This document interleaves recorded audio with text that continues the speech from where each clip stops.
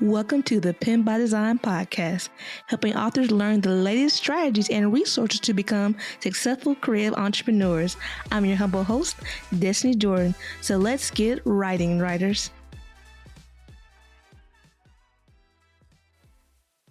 Welcome everyone to Pen by Design. I'm your humble host, Destiny Jordan, and today I have in the guest chair one of the amazing children's authors. As a matter of fact, there's so many things to talk to, so many things about her that are so great that I can't even describe.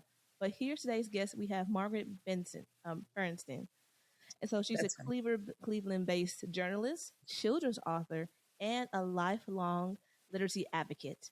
So she is the author of a dad storybook series, which centers around strengthening the bond between fathers and their children through shared reading experiences. Also, Margaret's work bridges storytelling, journalism, and community impact, and her passion for family literacy has shaped both her books and her volunteer work with schools and reading programs across Cleveland. And so, this conversation today is about story, connection, and the power of reading time together. So, here's our guest, Margaret Bernstein. All right. Thank you so much, Destiny. It's really an honor. I was excited to meet you in Houston at the National Literacy Institute's mega convention. And you absolutely have followed up, and I appreciate that. I absolutely love being able to talk about the importance of family literacy, building reading friendly spaces so that children can learn to love to read. So let's get into it. Awesome. So, just to start off, for those who do not know you, who is Margaret Bernstein? Well, I'm born and raised in Los Angeles. I loved reading as a child. I was lucky and blessed to have a teacher mom, changed my life, right? Um, as an aside, my mom, her mom, and her grandmother were all teachers. So I do think it's in my blood. I just was a bookworm as a child, Destiny. I loved reading, would rather go in my room and read a book than go on a trip to visit aunts and uncles. um a book was my solace. And I really, as I started looking for a career, I knew I wanted to do something that was related to reading, and I also realized I was growing into a good writer. So I majored in journalism at the University of Southern California, and then I just started on the typical path of a print journalist working at newspapers across the country.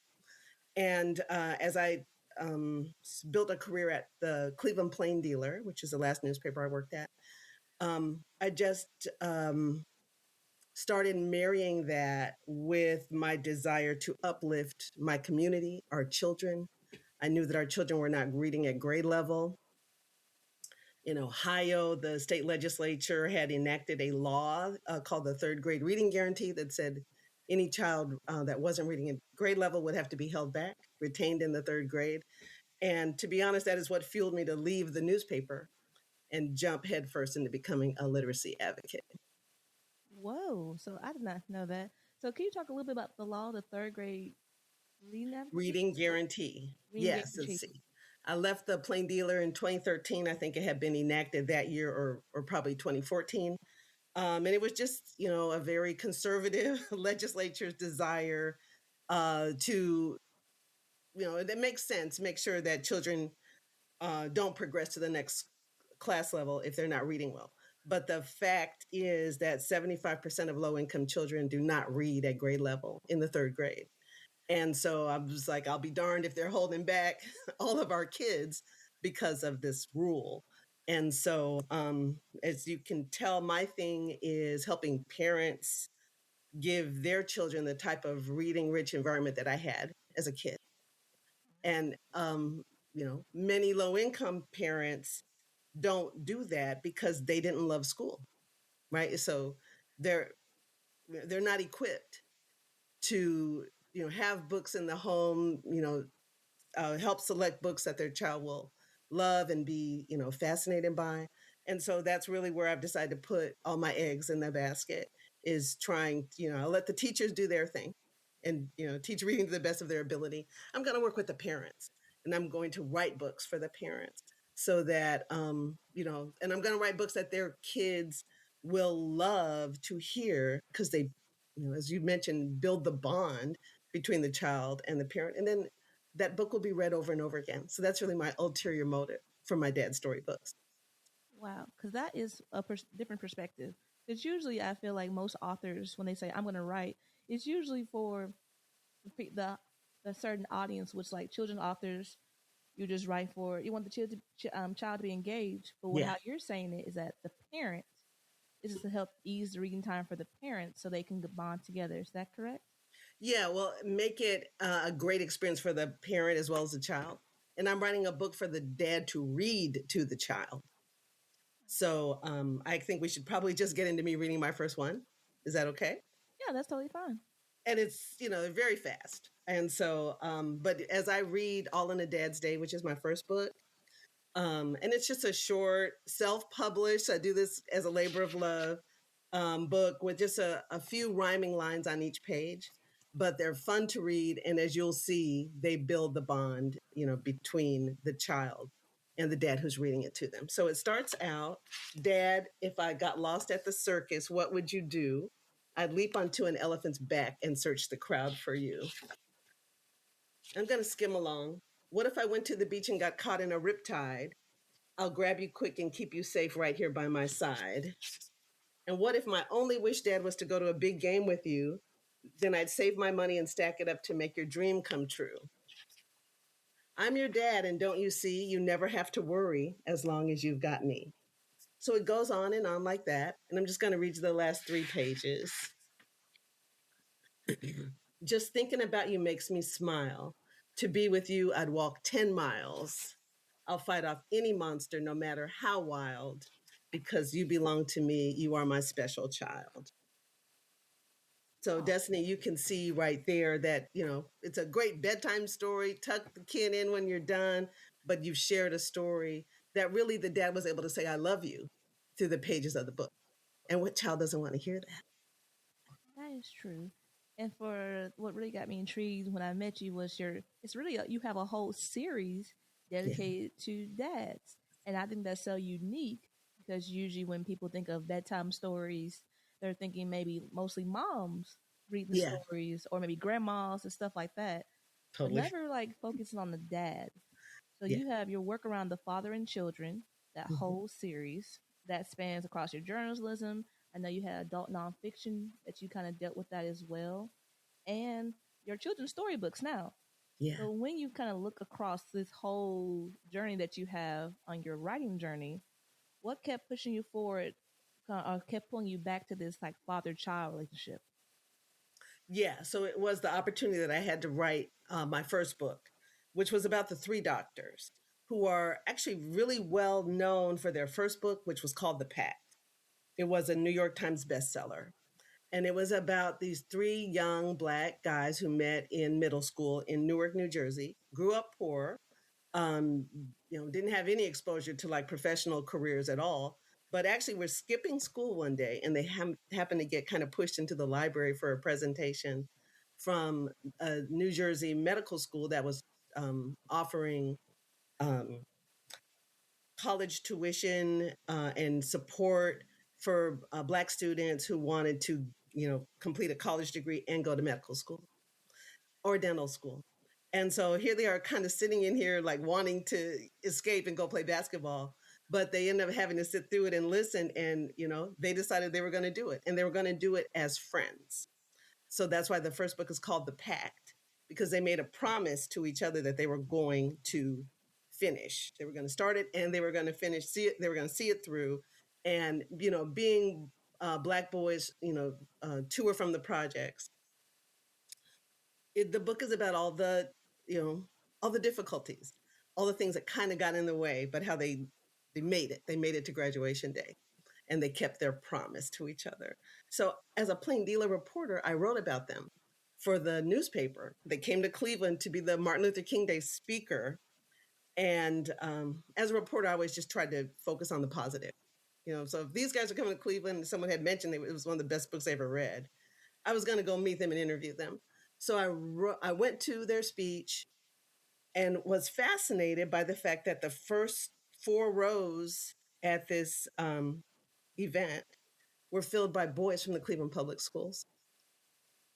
Right. So I'm just fascinated by this. As much as I'm taking notes on what they're saying, and I also got a personal interview with them, I'm like, let me go talk to these boys and see, why are you here? And it seems like you've all read the book. And yeah, it turns out that they had read the book at Martin Luther King Public School in Cleveland and made themselves a pact based on reading the book. Right. My heart was So sweet. melting, girl. So absolutely, that's the way I wrote the story, from their eyes, meeting these three heroes. And so the story ran on the front page. I mailed it to the three doctors because I wanted them to see the impact that they were having in Cleveland. And they were so impressed by the story that they asked me to write their next book. So that is the bond, right? So, and as you can see, what they wanted to write about was growing up fatherless. The subtitle is Three Young Men Learn to Forgive and Reconnect with Their Fathers. So all their fathers were living. And so I went to interview them. And actually, the book has gotten a lot of accolades for the fact that I humanized the dads and I showed, why they were missing from their sons' lives. And Destiny, the biggest reason is because they didn't have fathers. Those fathers didn't have fathers, right? So I was able to show that it's a cycle and a cycle that needs to be broken. And so that is what led me to sit down and write the first book, which was All in a Dad's Day, the one that I shared. I asked myself, well, what can I do to end this cycle? As a reporter, I always say I only have one title, one talent, and that's writing, right? I can write. This is a pen. And so I decided to use my talent to do something to help build a relationship between dads and children. And that's what I came up with, these storybooks. And so that's why I've written and self-published 3 so far. Tried to get a publisher, it didn't really work. And I was so devoted to getting it out there that I self-publish now. And I've now so gotten the hang of it that I sell in bulk to schools. So I can actually plunge ahead and talk about that. So after, kind of realizing it's kind of hard to sell a book one by one, to this Yeah. dad or this mom who might give it as a gift, I started writing books to be given out at school events. So the next book was Donuts with Dad because that's a school event. And so now I market to schools, which is why you met me at the National Literacy Institute. I'm like, if you're going to do Donuts with Dad, leave the dads with a book. Give them a book as a souvenir so they can go kind of relive the moments with their child after. And then in Ohio is a very popular event called the Father's Walk. And so this was my follow-up book. And this has been definitely my most successful. The Cleveland schools have bought thousands of these to give away to the fathers who attend the annual Father's Walk, which happens in September. And the book is really just a tribute to the dads who participate in that. That is amazing. That how just your own act of wanting to help Yeah, this stopping this generational cycle of absolutely. fathers, and then also helping to as helping to inform fathers who want to be a part but maybe not know how to express themselves in the book form.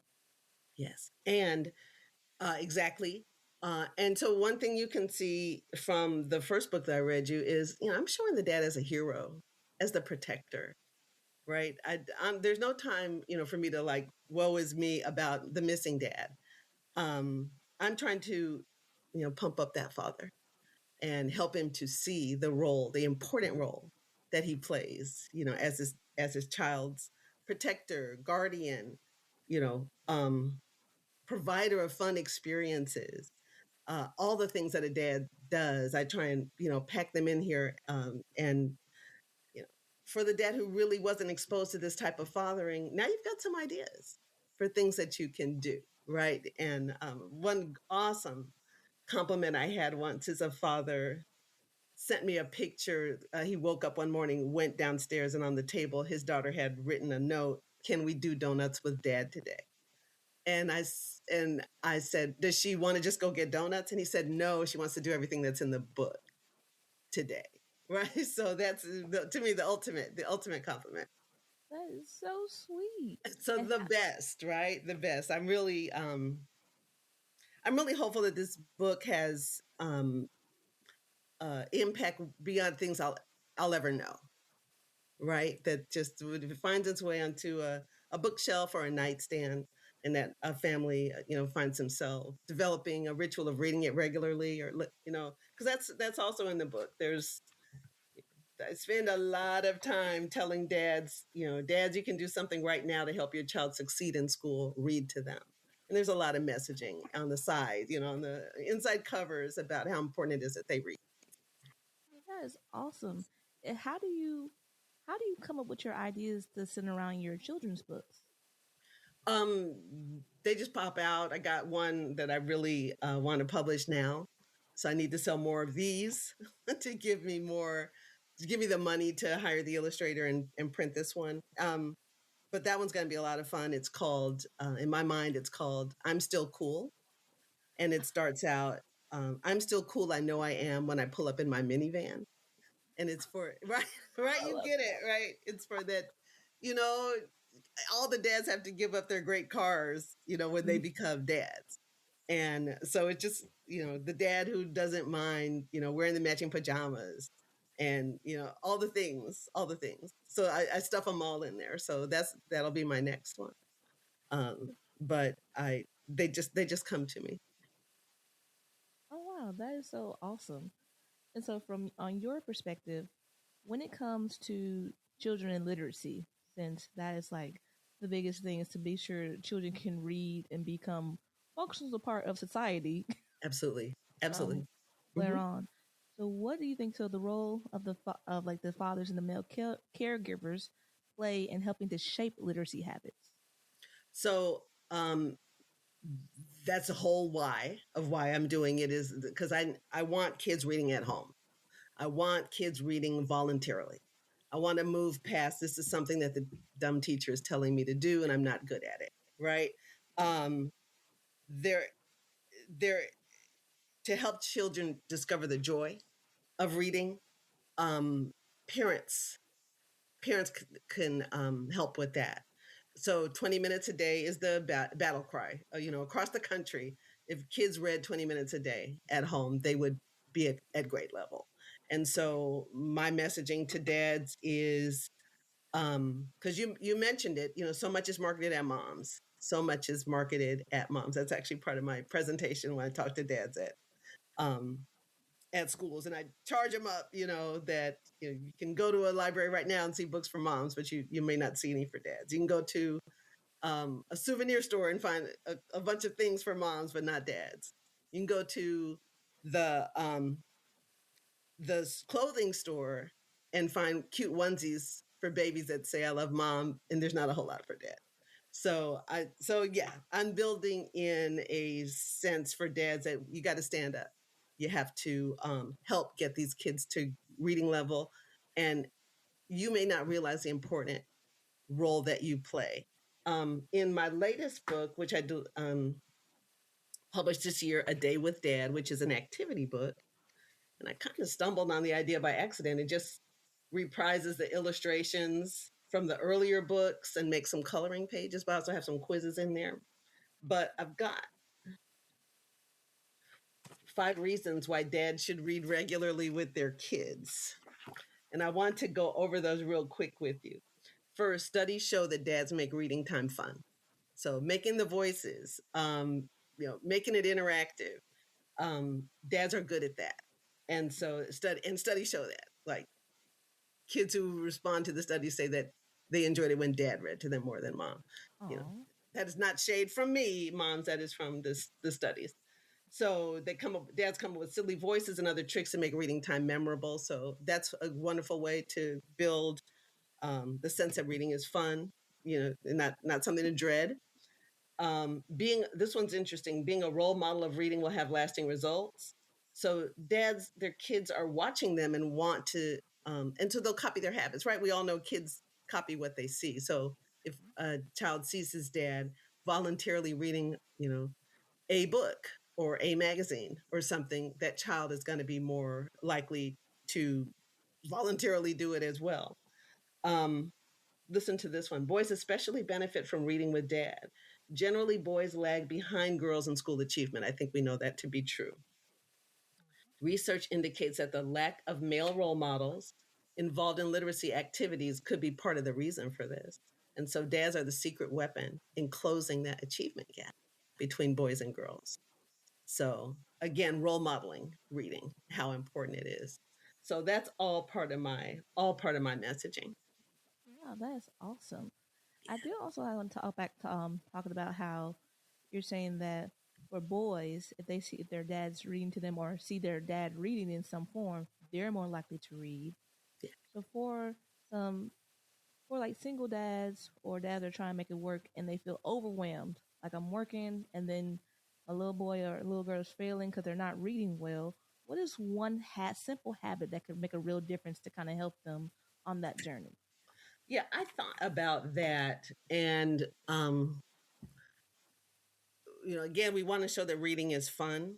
So my idea was for the dad to make a reading, a jar. Okay, so we're going to set a reading time, right?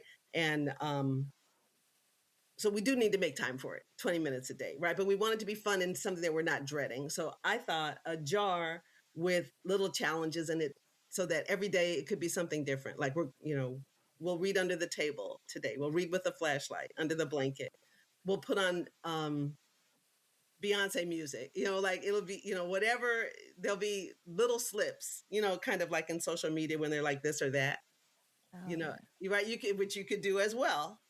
But just little challenges. We'll have a snack while we read today.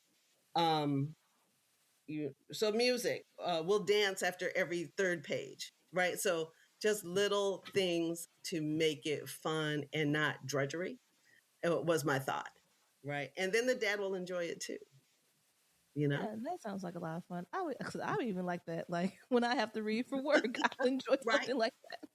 right. You need a snack and some music, Destiny. That's what you need. So that would be the greatest thing. Has your own influence as a parent influenced any of your stories? I know I met your daughter there at the when we Mhm. met in Houston.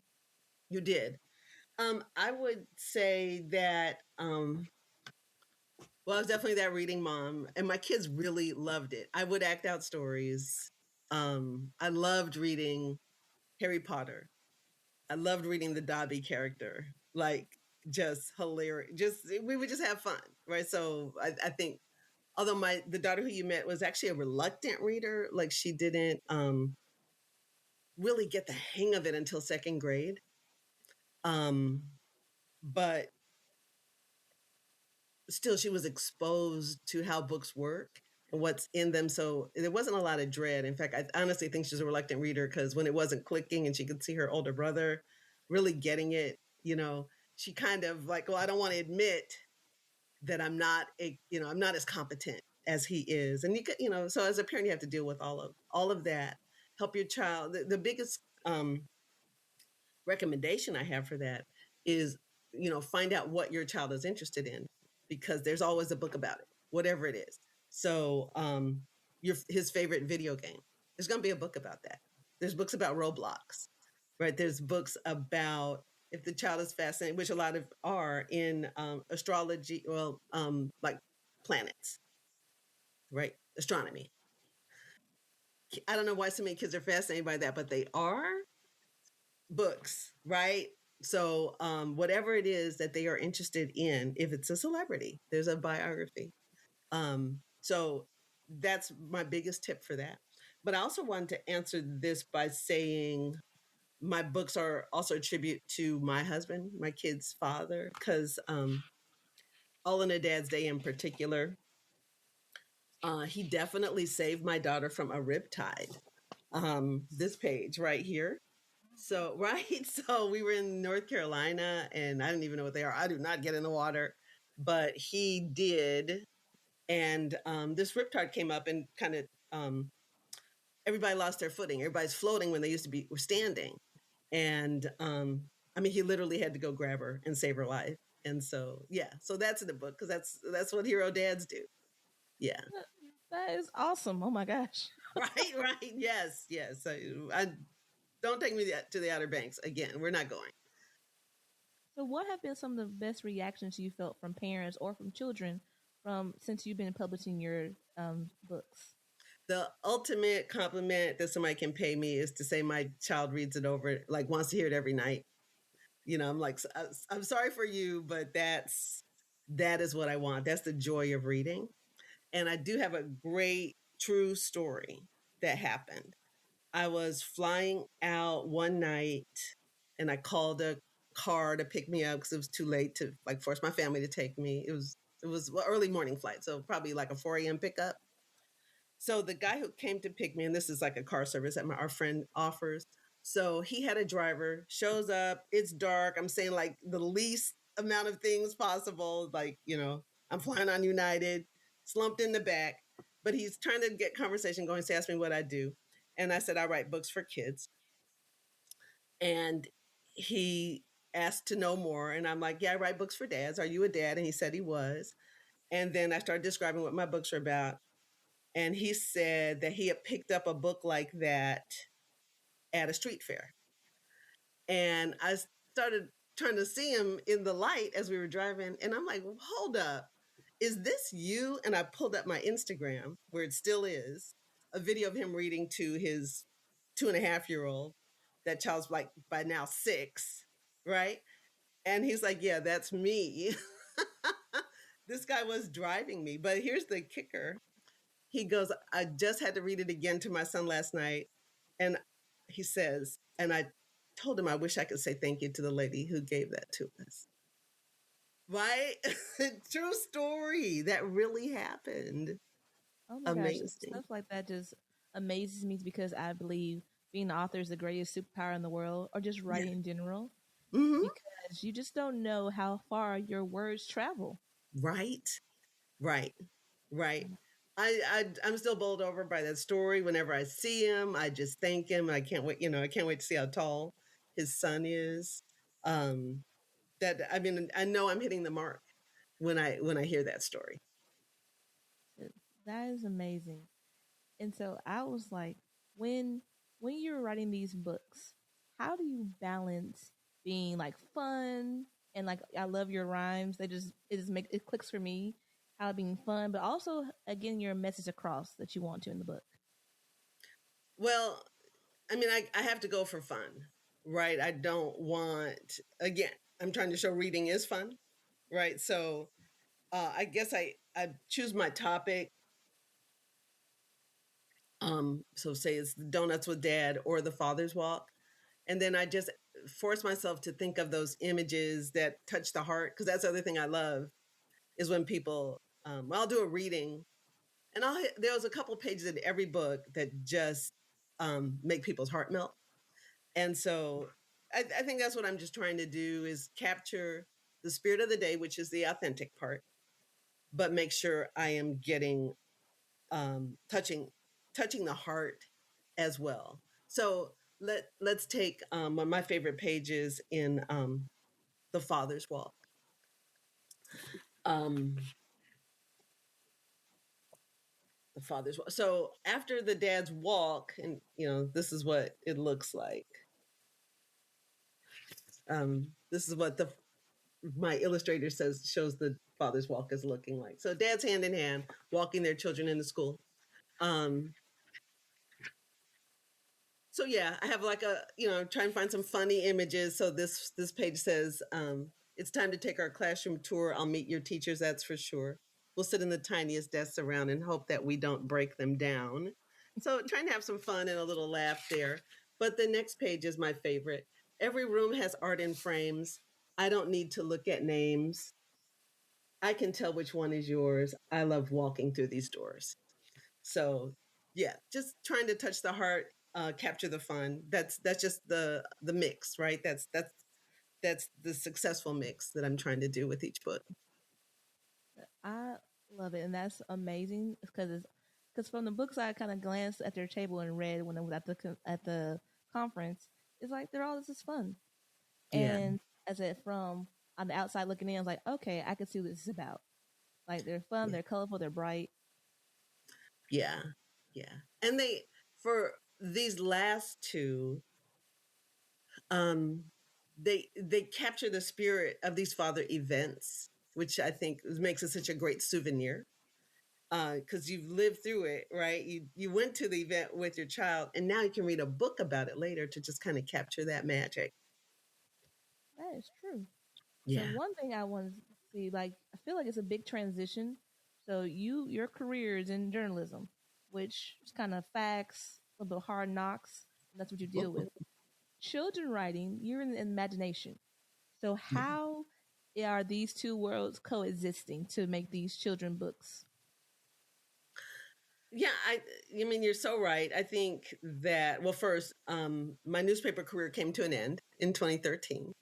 The newspaper was downsizing, which is absolutely, the trend of of that industry, right? In fact, the Pittsburgh newspaper just closed down completely last week.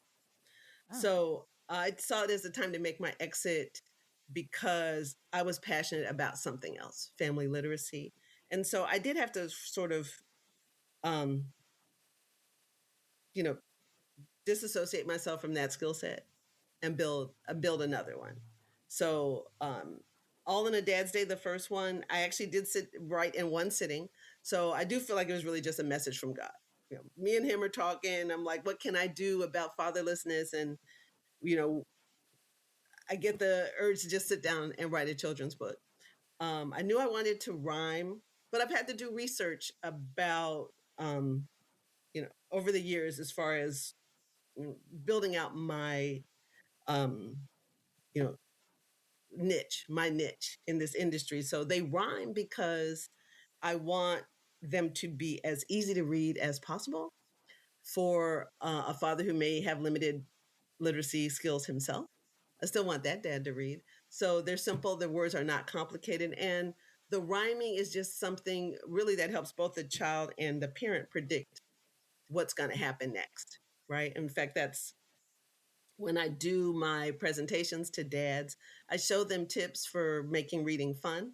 And I explain to them you can get the child to guess the rhyme, right? So, I'm here to tell you silly stories and tuck you into bed, to cook your favorite dinner and make sure that and then the child will say fed, right? And so these are all part of my presentation because I teach probably 5 or 6 different tips for um, helping build your child's literacy while you read the book. Awesome. And for my audience, we have a lot of writers in our community. So, how do you go about kind of writing your book? How do you plan it? You outline, or do you just sit there and write? I probably will do a draft where I will throw all those best ideas at it. Okay, so that probably could be considered an outline. So, right, for the one I'm working on now, where I want to show dads just going over the top for their kids. I'm like, yeah, the matching pajamas and letting the child paint their fingernails and, so I put all those ideas down. Then I think the toughest part is getting the rhyme together because I have decided that I want that to be just a staple, something that really shows my style. So, yeah, that the my next book is really kind of stuck. Like I really want the rhyme to succeed. So I'll let it rest for a minute, and then I'll pick it back up. So, but yeah, it definitely starts with taking the best ideas and then shaping them and getting my rhyme pattern right. Someone once told me, I hope they were correct, that the perfect children's book length is 24 pages. Since I self-published, that's a good, affordable number of pages to do, and so I strive for that. And I really just have one rhyme or 2 rhymes on each page. So I know when I'm done because I will have, hit that goal of pages, and I'll like what I wrote. I'll feel Yeah, done. Yeah. I like that idea. Especially you said affordable. 24 pages is affordable. Yes. Yeah. Works for me. Nobody complains when I told you I was going to read a book. I mean, it's quick. Um, Shorter, um, keeps it memorable. More opportunity for the dad and the child to invent fun things to do on each page because the book's not too long. You're going to get through it. So yeah, 24 pages works for me. So that's really good. Also, with as you're writing your books and you're getting like sure you hit your page count and you're working on your rhymes, how do you work on your rhymes? Since I think a lot of children's books they have like simple language for the audience that you're writing for, but rhymes, I think that's a whole nother skill. That's just tough. It's like Dr. Seuss stuff to me. It is. And also my son teases me that they also sound like early rap, right? Which they kind of do. And to be honest, I have like a fantasy that, Ludacris or somebody's gonna rap my books one day. So yeah, so simple rhyme patterns. Um I I just think that that also is something that is endearing to a father, right, in his 20s and 30s, who's raised on rap. Is that rap rhyme pattern, and I try and I try and make the thread through all of these books of fun, loving father who's kind of hip, right? Who's a little braggadocious, right? Donuts with Dad is full of bragging about, how well he does his baby's hair and how he's taught his daughter to play basketball. So all of that is kind of part of the, the rap hip hop era as well, that kind of bragging style. So so yeah, I keep all of that in mind, and I know when it's not good, and like I said, my next book is not good yet, but I'm getting there. I'm getting there. So I'm looking forward to finishing it Yay, I can't wait for that. You got to come back and let us know about it. for sure. Yeah. But one thing I also want to ask you about is when you say you're reading your book and you publish it, you say you self-publish on Amazon and other places, but when you publish your books, what about how do you get more word out? For children's Mhm. authors, I know it's easier to get to schools and doing events, but what are your big ticket items or events that help sell your book? So back to Amazon for a second. I mean, I have been learning. I published All on a Dad's Day in 2012. So I like to think I'm getting smarter. And so over time, I have really just pulled back from mass marketing.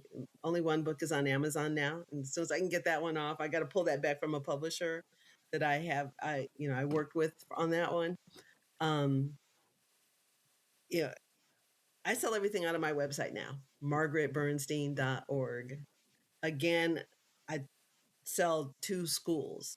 So my whole business plan really is built on expanding my territory with schools, urban school districts. Many of them do the Father's Walk. So that's my goal. So that the I will do events, some vendor fairs, some things like that where I might sell books, one by one. But yeah, my focus now is kind of being being my own advocate, and selling to schools.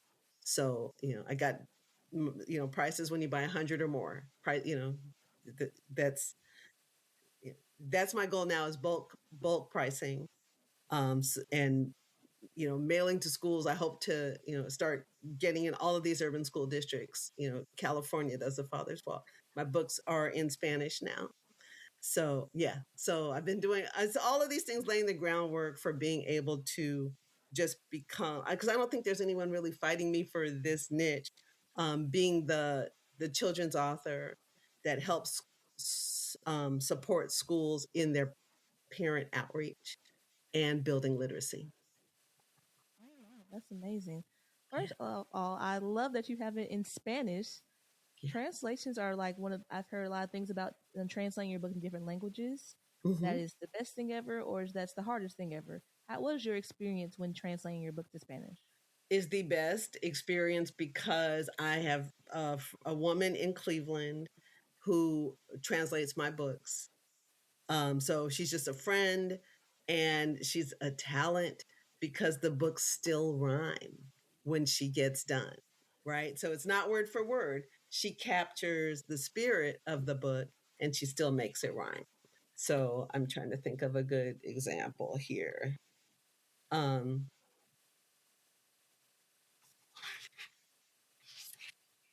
and my my ability to translate is not that great. I'm just trying to think of a simple rhyme here. But a great example, just the title, All in a Dad's Day. A tu lado quiero estar. That means at your side I want to be. Okay, it's not word for word, right? It's not literal, but she captures the spirit. So Gina Madrano Funk is her name, and I just love her. She's translated all three so far. I just leave it in her hands. When she gets the translation back to me, I hand it off to some friends and I say, "What do you think about this?" Who are fluent, and they say it's great in its own way. So I'm so happy. But yeah, it's a human. I'm using a human, a super talented human. And again, the books are 24 pages, so she doesn't even charge me a lot of money. It's ludicrous how much she charges me. It's Oh, not much. that is Yeah, awesome. And I love that you said it's done by a human, yeah, since we yeah, now in the fast track way of AI and digital and getting getting away from human. yeah. What is, since that these children now grown up at this time and age are in the AI wave and all types of different things, how do you think reading could change in this day and age for them? Well, I mean, all I know is what I dread. I mean, I want them to still love a physical book. Um, so I hope that doesn't change. As you know, I tutor in literacy. I tutor second and third graders at a Cleveland public school, and everything's done on a laptop. And we read stories on a laptop, and they answer comprehension questions on a laptop. And yeah, I try and get them to touch a book, whenever I can, because I feel like that's where the joy comes from. So I just really hope that AI doesn't steal the joy. Um, yeah, especially because back when I was in school, Cliff Notes. Do you know what those are? Cliff I Notes. do know the Okay, it's this generation. Was like the taboo stigma, like, oh my God, she used Cliff Notes. Well, I feel like everything is kind of at a Cliff Note stage now. You may not experience the book because you can read the summary online. You can get Chat GPT to kind of spit out your report and not read the book. So, I mean, so yeah, to answer your question, I fear that's going to work against my overall goal that people will learn to love reading. So storytelling digital age could look a lot of different ways. But for children growing up in it, how do you think they could, or what would be some tips for parents to kind of help them? Like, I want you to read, but I also want you to be prepared for what's coming out there.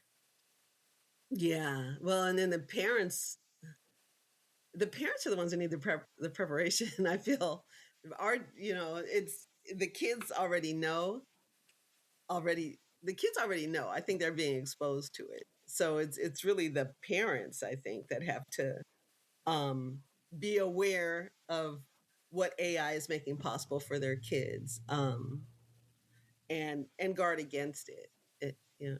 So that's that's kind of all I got on that. I do think parents have to be vigilant in so many ways, right? There's just so much kind of predatory behavior online. They just they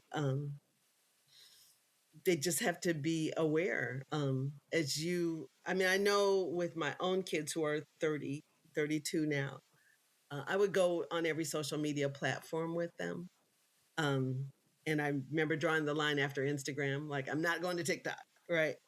Uh, so just to kind of make sure that they were conducting themselves, respectively, and that hopefully they weren't being exposed to anything that was really, just going to work against my ability, my desire to build, terrific citizens.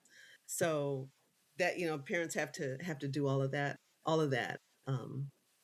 And as there's just a heavy load for them to stay aware of everything that their kids are being exposed to. I understand that one. because you're balancing safety and also you're balancing connection as well. Like, Yeah. how do you want to connect with the age you're in, yes, but then you Yeah. want to safely be there as well, and not to Yeah. be too much of both. Yeah. Yeah. And that kind of leads into my next question: is what is something children intuitively know or understand about connections that adults have to relearn when they get older? Um, I guess my immediate thought on that is just and I don't know if it's really true, but just thinking stereotype free. That's something we teach kids. Connecting is something that I think children, I would hope, would feel like every adult is there to help them and have some trust. And just looking at the news today, the uh, the distrust is more prevalent than trust. So I want to get back to an environment where we can raise our kids to be more trusting. Um, that's really what I want for them. But yeah, I think that's the child brain is absolutely going to think that this adult is here to help me and feel safe in that. That's amazing. I think that's Yeah. as I'm on you on that one because Yeah. trusting as an adult, you're like you're just kind of programmed after you've been through X amount of things in life. You're like, you know what, Yeah. that looks kind of sketchy. I don't want to go there. Where a kid would Yeah. just walk there. Yeah. Right. And I mean, sadly, with reason, there's just a political climate where promoting self over taking care of everyone. Right. No, what's in it for me? Um, is is the philosophy now, and so that itself leads to mistrust. So yeah, we need to be like our kids. That's right. I really enjoyed your book because in the books, even though I know they're for children, but still, it's like, hey, we can have a good life together, and I'm putting my trust in you to take care of me, to watch out for me, while we enjoy these things together. Yeah, I mean you're right. You're right. And I'm just trying to gently remind the dad of his rightful place in that child's life because yeah, you even are speaking now to the you know sometimes the acrimony between the dad and the mom, right? We can't even touch on all that. And, that's why I'm just writing books to pump up dad, get in there, get in there. Your child needs you, your child, and that's just a fact. That is true. I had one question. So I know we talked about how parents have reacted to your book. Have you ever watched a child react to your book in a way that made you change how you think about your writing? I think the only thing that comes to mind, it may not have been prompted by a child, but I do say the father's walk. I'll attend that. I'll see the book given away to men who are not the father. They are standing in proudly for the missing dad. And I think as I go forward and publish more, I'll write books for that father figure because he deserves respect and recognition and everything I'm trying to do with the other books, let him know how important he is, how valuable. Um, I want him to know that too. So, there might be just a sense of shame. Yeah, let me say this because maybe this does relate more to your question. I try and put my books in father's hands, not the child. Right? Very important. I don't want to put my book in a child's hand who does not have a present father. So I absolutely market to dad events. So yeah, I'm acutely sensitive to the fact that not every child has a present father and might get their feelings hurt to read this book. It's not your average, you know, Dr. Seuss. Everybody can read and enjoy it. So I'm aware of that. And so that's why I specifically focus on putting on in dad's hand. And yeah, that's why I'm aware that I think my next books might need to be about um, just my guy, my guy. Yeah, I love that. I also love when you were speaking earlier about possible stepdads. So maybe not the yeah, original thought. That's a, like, I want to say unsung hero, but right. in That's so like a true. better term, an unsung hero, and how they're filling that gap for whatever reason, and then Yeah, trying to assimilate to help this child throughout their life, and that that's so different needs. true. Yeah, grandfathers, same way. Uncles. Um, I, I, I want, I want to acknowledge and thank and recognize them. So that's you know on the to do list. But that's I think that's always awesome, especially since fathers, which I feel like now has become a taboo subject because everyone has a different take on it. Yeah, yeah, you're right. And so I just kind of carved out my path, which is let's uplift the dads because um, they are deserving, and their presence is so important. Um, their presence is so important. So on my Instagram, I have a highlights for videos that I call favorite dads. So if I run across some dad content that just touches my heart, I'll put it in a story with the headlines favorite dad, and then I'll move it into the highlights. And one that's there is I don't know if you happen to see this, but and I'm happy that prisons are starting to do more work to unify dads with kids. And so a over the summer or late fall, um, a lot of video and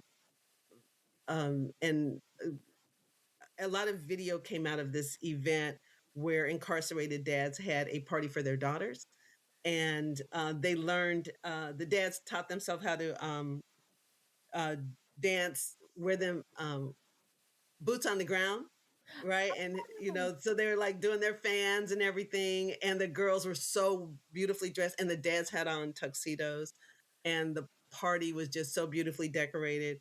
And I mean, it was just beautiful, and it just spoke to father absence to me in a way that, because to show dads being reunited who are kept away from their daughters, the joy on both parts, it just it to me it just sort of showed how much children need their dads. um and it was a beautiful way to acknowledge it. And so yeah, I'm really struck every time I see a video of like a father being reunited with his children after coming out of incarceration. um it just speaks to the hunger children have for fathers. So um I know it exists. I know it exists. And I, on top of wanting kids to read, I want kids to know that love of a father. And so I always say my book is a great gift for an involved dad, but it's perhaps even a better gift for an uninvolved dad who doesn't know how to connect. Because just reading the book, you will have created a moment. Oh, that's awesome, and that's amazing. And also, with your creating moments, I saw from some of your volunteer work that you do in Cleveland. As far as you had, I think you were doing it was on the book banks and Cleveland Kids making Book readings. Bank, yeah, yeah. So I served on the Little Free Library board, which is Little Free Libraries. You're familiar with them, the little boxes of books, Yes. global, right? They're all over the world.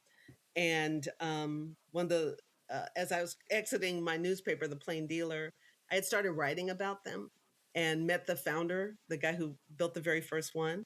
His name was Todd Bowl. He lived in Hudson, Wisconsin. And we became really close friends. And I honestly think he's the most visionary person I ever met.